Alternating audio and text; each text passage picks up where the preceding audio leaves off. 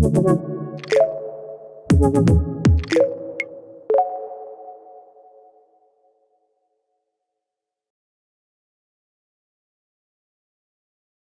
vibration syndrome, or HAVS for short, is a painful, distressing, and potentially disabling condition, and, like many occupational health disorders, the damage done by the daily exposure is not at first apparent. Work that involves vibration exposure may continue over long periods, sometimes over many years, before the individual becomes aware of any symptoms. So it is important that the risk is recognized and controlled by the employer.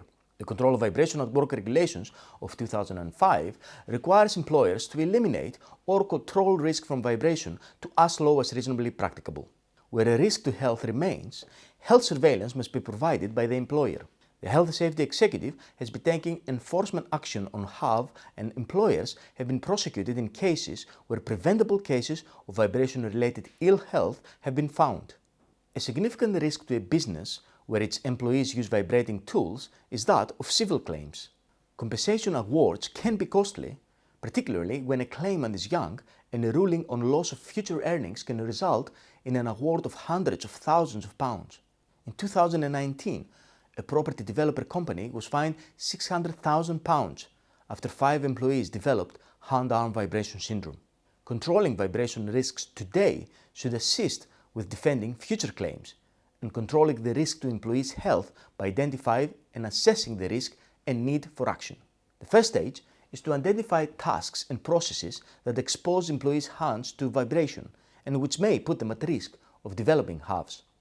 The sources of hand-arm vibration exposure generally fall into 3 categories: handheld, hand-fed, and hand-guided machines. The level of risk associated with hand-arm vibration is dependent on the magnitude of the vibration and also on the duration of the exposure. The 2005 regulations require employers to eliminate risks from vibration at source or reduce them to as low a level as is reasonably practicable. This duty applies no matter what the level of exposure. However, the regulations also define 2 levels of daily vibration exposure: the exposure action value and the exposure limit value, to help employers understand when their risk is at a level where action is required and where the risk becomes unacceptable. In order to decide whether the level of exposure associated with a particular job or task is likely to reach or exceed the exposure action or limit values, it is necessary to have information on the likely vibration magnitudes associated with the tool, machine, or process, and on the daily duration of exposure to that vibration. If you would like further information in relation to occupational vibration, then please contact Finch Consulting and we'll get back to you as soon as possible.